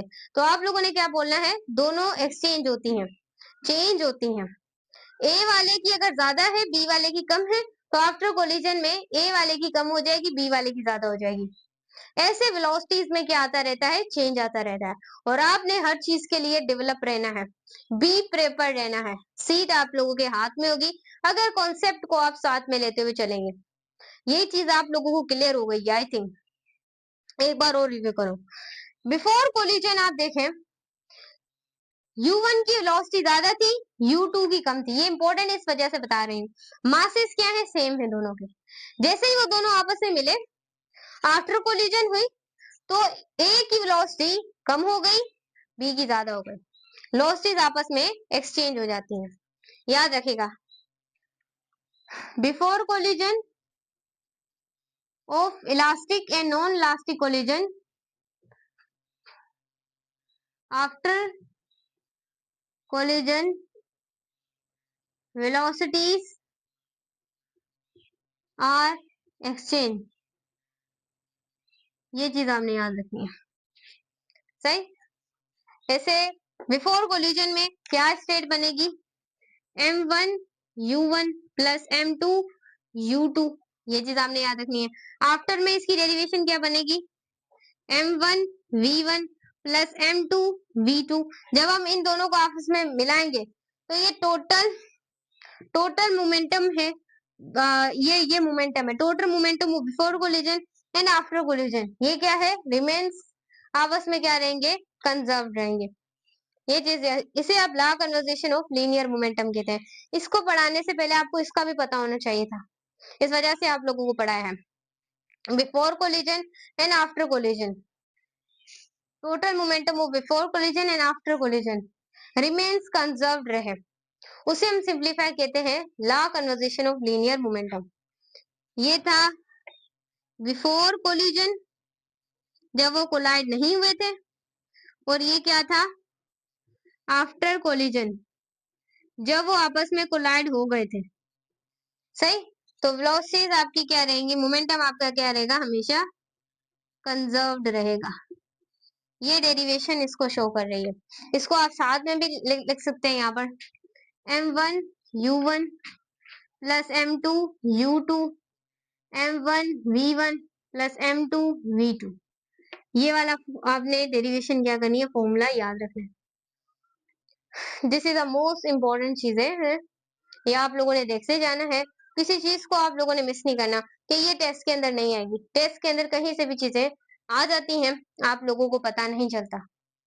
सो ये चीजें याद रखनी है कि इलास्टिक कोलिजन एक ऐसी कोलिजन होती है इसके अंदर टोटल मोमेंटम और काइनेटिक एनर्जी कंजर्व रहती है, सेम रहती है।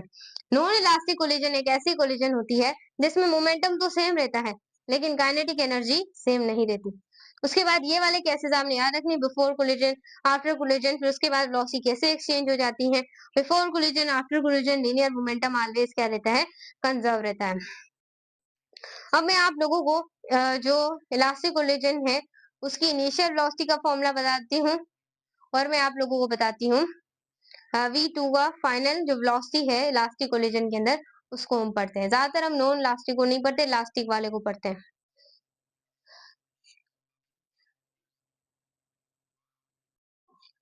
सो स्टूडेंट्स, अब हम पढ़ने वाले हैं इलास्टिक और नॉन इलास्टिक जो कोलिजन है उसका इनिशियल और जो फाइनल है उसके फॉर्मूले को हम देखने वाले हैं। सो जरा आपने ध्यान से सुनना है। यहाँ पर स्टूडेंट्स जो आप लोगों के पास V1 है और यहाँ पर आप लोगों के पास जो V2 है, इसका फॉर्मूला क्या होगा? इलास्टिक और नॉन इलास्टिक कोलिजन में इनिशियल वेलोसिटी अगर आपको मालूम की जाए, करने का पूछा जाए, और V2 का ऐसे सवाल आपके टेस्ट के अंदर आ सकते हैं, तो ध्यान रखिएगा। V1 का formula initial velocity of elastic collision का याद रखिएगा, और याद रखिएगा फाइनल जो है V2 का फॉर्मूला भी आपने याद रखना है। ये V2 का फॉर्मूला है जो सेकंड आप लोगों को दिया हुआ इनिशियल और फाइनल इलास्टिक और नॉन इलास्टिक कोलिजन के ये फॉर्मूला है। अब सवाल किस तरीके से आ सकते हैं पहले मैं आपको बता दूं। V1 is equal to M1 minus M2, M1 plus M2, 2M2 U2 M1 M2। ये है initial velocity of elastic and non elastic collision. ये जो V2 है 2M1 U1 plus M1 plus M2, ये इसका फॉर्मूला है फाइनल वाले का। अब आपसे सवाल MCQs में क्या आ सकते हैं उसको हम देखने वाले हैं। MCQs के अंदर ये आ सकता है कि हमें बताएं इफ M1 और M2 की जगह हम सिर्फ क्या लिखेंगे, M लिखेंगे, और U2 0 है, तो ये बताएं इनिशियल और फाइनल वेलोसिटी बताएं इसकी। तो फॉर्मूलों का इस्तेमाल करेंगे। V1 का फॉर्मूला की जगह अब M1 और M2 की जगह हमने क्या अप्लाई करना है, M लिखना है। M1 की जगह भी M और M2 की जगह भी M लिखना है, सही। और M1 की जगह भी M लिखना है और M2 की जगह भी क्या लिखना है, M लिखना है। ये चीज आपने लिखनी है। उसके बाद U1 यहाँ पर इस तरीके से लिखेंगे। उसके बाद याद रखिएगा यहाँ पर आप लोगों के पास है 2, M2 की जगह M, U2 की जगह हम क्या लिखेंगे 0, जो कि हम लिखेंगे ही नहीं। उसके बाद हमारे पास है M1, ये लिख लेते हैं क्योंकि 0 तो एनीथिंग 0 हो जाएगी ना, फिर ये ऐसे कैसे 0 होगा ना, तो हमें दिमाग लगाना पड़ेगा ना। सो इसलिए यहाँ पे M1 की जगह भी M और M2 की जगह भी M लिखेंगे। ये तो पूरी वैल्यू क्या हो जाएगी, 0 हो जाएगी। 0 से जो चीज मल्टीप्लाई होती है वो 0 हो जाएगी, और ये भी आप लोगों के पास क्या हो जाएंगे, 0 हो जाएंगे। सो इनिशियल वेलोसिटी आप लोगों के पास क्या है, 0। ऐसे सवाल दिए जाएंगे जिसमें आपको कैलकुलेशन की कोई भी जरूरत नहीं होगी, और ऐसे सवाल आपसे सिर्फ फॉर्मूले अगर आते होंगे तभी सोल्व होंगे। इस वजह से मैंने बोला आपको प्रैक्टिस करवा दूं। नेक्स्ट हमारे पास है V2 आप लोग कैसे मालूम करेंगे, वो भी मालूम करना आसान है। V1 को हम रिमूव करके V2 को मालूम कर लेते हैं। V1 को रिमूव कर भाई V2 को मालूम कर लेते हैं। बड़ी बात है कि कोई नहीं। सो यहाँ पर हम देख लेते हैं V2 को। V2 बराबर होता है, अब देखें M1 की जगह भी हमने क्या पुट करना है, M, और U1 हमने ऐसे ही लिख लेना है। उसके बाद हमारे पास है टू जो है उसको तो हम लाजमी यहाँ पर लिखेंगे ना, टू तो कहीं नहीं जाएगा। M1 की जगह भी M और M2 की जगह भी हम क्या लिखेंगे, M लिखेंगे। सही कैलकुलेशन ध्यान से कीजिएगा। M2 की जगह भी M और M1 की जगह भी क्या लिखेंगे, M लिखेंगे। उसके बाद M1 की जगह भी M, M2 की जगह भी M लिखेंगे, और U2 तो वैसे ही किसके बराबर है, 0 के बराबर है। ये चीज आपने क्लियर करनी है। अब ये कितने M है, 2 M है, 2 M है, इसको और ये M कट हो और ये पूरी वैल्यू से मल्टीप्लाई होगी, ये तो पूरी क्या हो जाएगी, 0 हो जाएगी। सो V2 हमारे पास क्या आएगी, सिर्फ क्या बचेगी, U1। यानी कि V2 जो है वो इनिशियल में क्या थी, इनिशियल में जो वेलोसिटी हमने निकाली थी वो क्या थी, 0 थी, 0 वेलोसिटी थी। और जो फाइनल वेलोसिटी थी, वेलोसिटी जब कोलाइड हुई तो वेलोसिटीज एक्सचेंज हो गई। फिर जो हमारे पास है यहाँ पर V2 है वो कितनी आ गई, U1 आ गई। सो ऐसे आप सवालात को सॉल्व करेंगे और अपने MCQs को इसी तरीके से आप हल करते रहेंगे। सो यहाँ पर कंप्लीट हुआ हमारा चैप्टर, इसका नाम है force and motion. Displacement time graph को जो मैं इस वजह से नहीं आप लोगों को बताया था, अभी नहीं बता रही, वो आपने बुक से इजिली रीड कर सकते हैं आप लोग। सो बिना वजह हम अपना उस चीज के ऊपर टाइम वेस्ट नहीं करेंगे, तो आपने जो वो अपनी बुक के अंदर से पढ़ लेना है। बाकी हमारा चैप्टर हो गया है कंप्लीट। तालियां बजाइएगा, व्हाट्सएप चैनल को ज्वाइन कीजिएगा। मिलते हैं नेक्स्ट वीडियो में। सो इसको आप लोगों ने, हाँ एक और MCQs है जो कि अक्सर सवालात में आता रहता है। वो एमसीक्यूज ये है, ये आपने खुद सॉल्व करना है। इफ M1 एंड जो M2 है उसको आप M के बराबर ही लिखें प्रैक्टिस करने के लिए, और U2 को आप किसके बराबर रख लें, U1 को 0 के बराबर रख लें, और आप मालूम करें V1, ये आपका होमवर्क है, और V2 को मालूम करें प्रैक्टिस के लिए। ये वाला प्रैक्टिस क्वेश्चन आप लोगों ने करना है। और एक और प्रैक्टिस क्वेश्चन आपको देना चाहूंगी, if M1 is 0 and M2 को हम बराबर रखें M के, और U2 हमारे पास क्या है, 0 है, और आपने मालूम करनी है इनिशियल एंड फाइनल वेलोसिटी। ये दो सवाल आप लोगों ने करने, ये वाले एक मैंने कर लिए, दो आप लोग करेंगे। सो ये और ये क्वेश्चन फिर आप कमेंट में इसका आंसर लिखेंगे, जिसका सही होगा वो ही फर्स्ट आएगा। सो बाय बाय।